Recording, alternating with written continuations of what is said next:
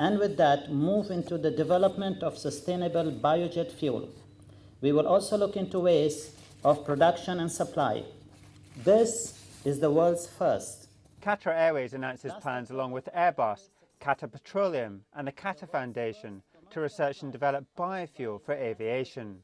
A world first, but just 1 week later and 300 kilometres away, one had the feeling of déjà vu. That's why Etihad Airways has begun to undertake several initiatives in this area, including the Sustainable Biofuel Research Initiative. Etihad announces its new biofuel research project along with the Masdar Institute, Boeing and Honeywell.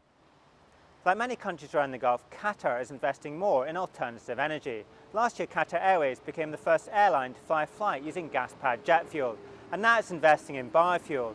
But why? That's the question I put to Akbar Al-Bakr, Chief Executive of Qatar Airways. Fossil fuel will be exhausted in not too distant future. When we talk about not too distant future, maybe 30, 40, 50 years, we need to have available to us alternate sources of fuel. We also saw that Copenhagen was an absolute failure,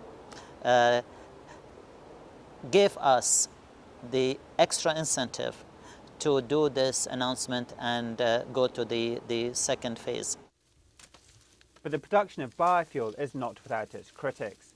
The cultivation of sugarcane to produce ethanol has been criticised for diverting land which should be producing food, while palm oil producers have come under attack for clearing vast tracts of rainforest to grow palm plantations, and environmentalists remain sceptical. Airlines are really investing in biofuels in the first instance to make themselves look good, rather than having any positive impact on the climate. The fact is that biofuels aren't this silver bullet that the aviation industry claim it to be.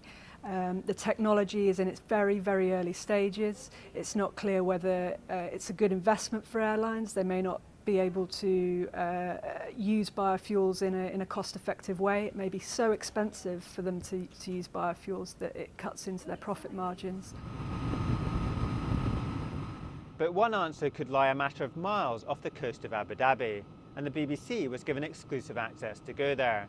The island of Al Futayzi is a short boat ride across the Arabian Gulf. It's teeming with wildlife, and it's also one of the areas where the Masdar Institute-led consortium is considering starting its biofuel research programme. And this is what could power the future of air travel. It's called Salicornia. I'm in a mangrove swamp on an island about 10 kilometres off the coast of Abu Dhabi, and it's here that this small but significant plant thrives. Salicornia grows everywhere on this island, and it survives by sucking up the water which is close to the surface.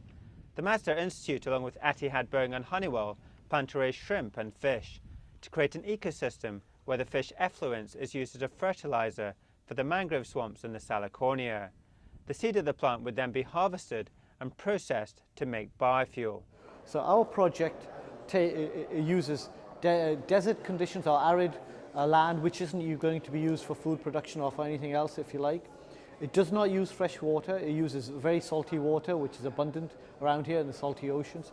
And it uses a crop that it can only be used for the purpose that we're using it, and is a native to the region.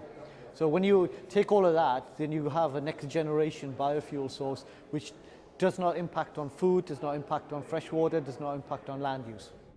Salicornia has already been tested as a biodiesel for land transport, but not for jet fuel. The challenge now will be to maximise the salt-loving plant's yield. Etihad and Masdar hope it will be commercially viable within 5 years. So soon this plant, which greens this arid island, could also be making air travel green.